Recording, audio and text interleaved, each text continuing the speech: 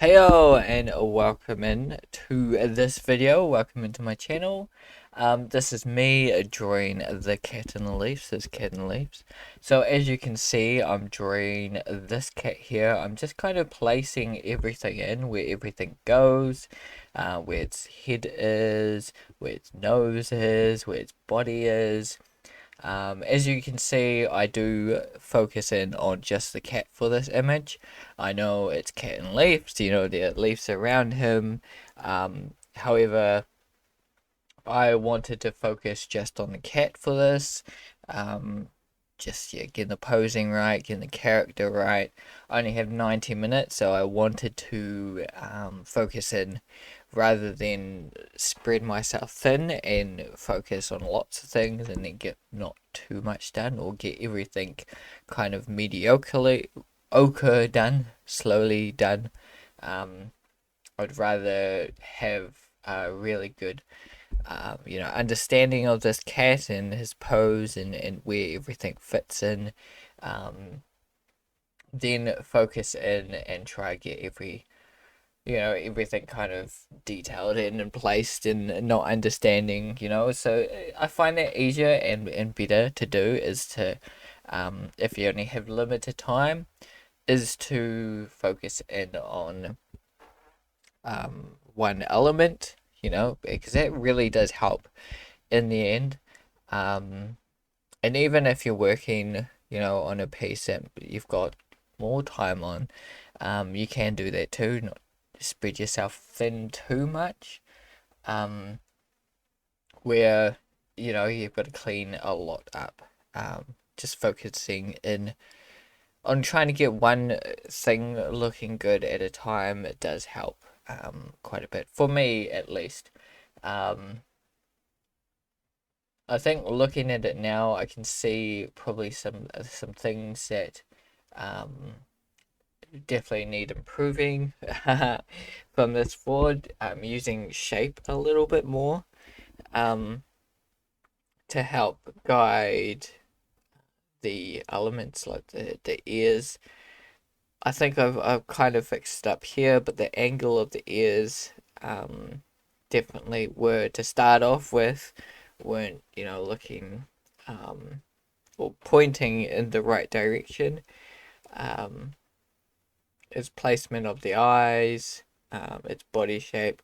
Again, I am working on it. I am slowly editing as I go, but I think starting out using those big blocky shapes can help. And I've done this in the past where I do use big blocky shapes, and I do kind of use um, the silhouette method where I kind of paint in black or paint grey or whatever, a dark grey or black or something.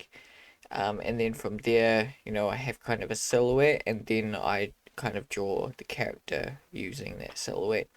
The details from there, where everything is, there's eyes, its ears.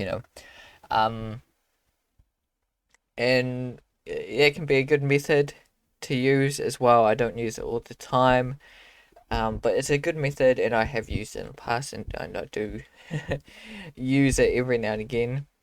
For this one, I didn't use it per se, but I think it might have been a helpful technique to use. It's one of those newer techniques I don't use all the time. Um, Here, I think I delved in a little too quickly to those whiskers. The whiskers should be the last thing you add. But for this, I wanted to see, oh, is it, using the whiskers, is it looking okay? That's why I jump into them.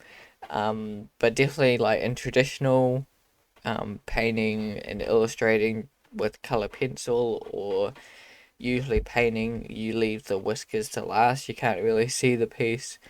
Um, but it's one of those things, sometimes having these elements on, these whiskers, does help to see how it's looking and everything. So it is quite challenging um, to see it and to, um, I guess, not go in too soon with these like last minute details, but not leave it last minute that you know, you put the whiskers in, it just doesn't look right at all, you know, like.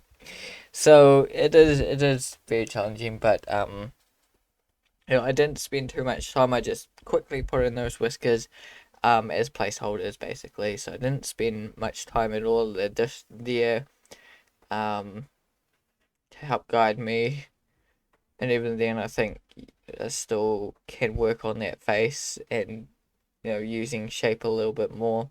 Here, I decide to bring up another window so I can see what my painting is looking like at a distance. And I am considering, well, that I have been doing it from now on, is doing that a little bit more, because I don't, I think I stopped doing that for a bit.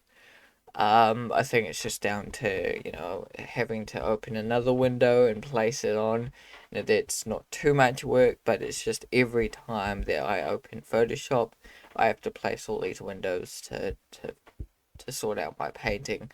And doing that every time can get a bit daunting, and, you know, that's one window that I dropped just because, yeah, down to a little bit of laziness, I guess, but, you know, it's just one of those things. But it's really helpful to see your painting, how it's looking from a distance, how the whole character, the whole piece is looking from a distance, knowing what you're working on as well. You know, if you zoom in and start getting lost in detail and things,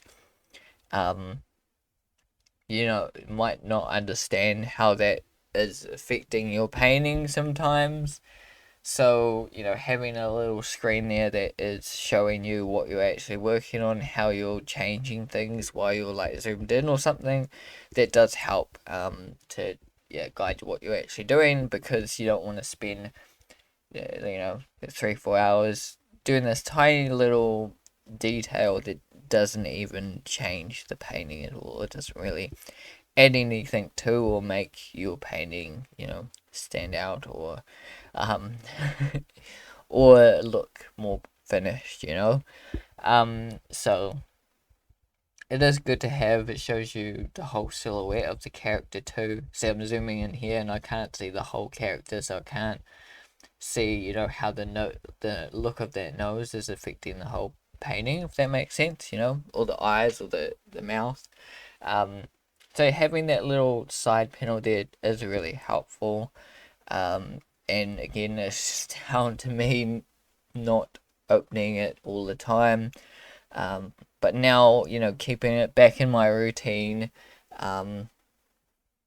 yeah, I should be good to go with that. But yeah, it's just something that does really help, and I think going the future, I've actually done another change. I'm looking at, instead of having my drawings or imagery on the left side, have it on the right side.